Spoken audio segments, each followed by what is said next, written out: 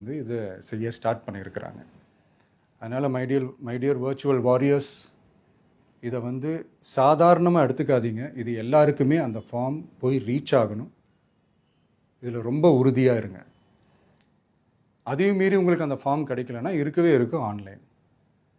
தேர்தல் ஆணையம் அந்த வெப்சைட்டில் போய் அந்த ஃபார்மை டவுன்லோட் பண்ணி நீங்கள் ஃபில்அப் பண்ணி சப்மிட் பண்ணலாம். உங்கள் வீட்டில் இருக்கிறவங்களுக்கு நீங்கள் செஞ்சு கொடுங்க, பக்கத்து வீட்டில் இருக்கிறவங்களுக்கு செஞ்சு கொடுங்க, தெரிஞ்சவங்களுக்கு, தெரியாதவங்களுக்கு, பழகினவங்களுக்கு, பழகாதவங்களுக்கு எல்லாருக்குமே நீங்கள் தயவு செஞ்சு கொடுங்க.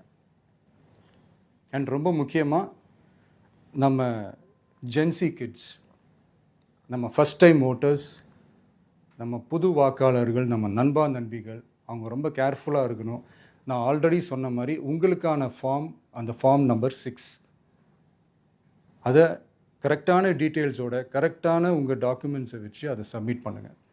ஏன்னா வரப்போகிற தேர்தலில் நீங்கள் தான், அந்த ஜென்சி வாக்காளர்கள் தான் மிக முக்கியமான ஒரு ஃபோர்ஸ் அப்படின்றது எல்லாருக்குமே தெரிஞ்ச ஒரு விஷயம்.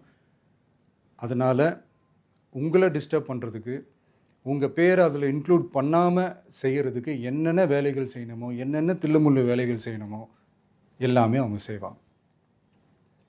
இது நமக்கு எல்லா திசையிலையும் எல்லா பிரச்சனைகள் கொடுத்துட்டு தானே இருக்கிறாங்க. அது டிஃபால்ட்டாக நடந்துட்டு தான் இருக்கும், அது ஒன்றும் பண்ண முடியாது.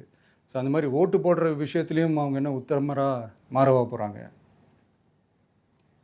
இப்போ நான் சில மீட்டிங்ஸ்லலாம் ரிப்பீட்டடாக ஒரு விஷயம் நான் சொல்கிறேன்ல, 2 பேருக்கு நடுவில் தான் போட்டி அப்படின்ட்டு.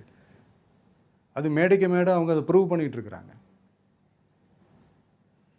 அதனால் தோழர்களே, வரப்போகிற தேர்தலில் நம்ம யாருன்னு காட்டணும், நம்ம பலம் என்னன்னு காட்டணும். அதுக்காக அந்த பலமான, அந்த பவர்ஃபுல்லான ஆயுதத்தை நம்ம கையில் எடுக்கணும். அந்த ஆயுதம் வேறு எதுவுமே இல்லை, ஓட்டு, வாக்கு, ஜனநாயகம். அது இருந்தால் தான் நம்ம அந்த வெற்றியை நோக்கியே நம்மளால் பயணிக்க முடியும். தமிழ்நாடே அந்த வாக்குச்சாவடி முன்னாடி திரண்டு நிற்கணும். அதை பார்த்துட்டு தமிழ்நாடே தமிழக வெற்றி கழகமா, இல்லை தமிழக வெற்றி கழகம் தான் தமிழ்நாடா அப்படின்ற மாதிரி இருக்கணும். வீடுன்னு ஒன்று இருந்தால் தான் ஓடு மாற்ற முடியும்னு அறிஞர் அண்ணா அவர்கள் சொல்லியிருக்கிறாங்க. அந்த மாதிரி ஓட்டுன்னு ஒன்று இருந்தால் தான் இந்த நாட்டையே காப்பாற்ற முடியும்.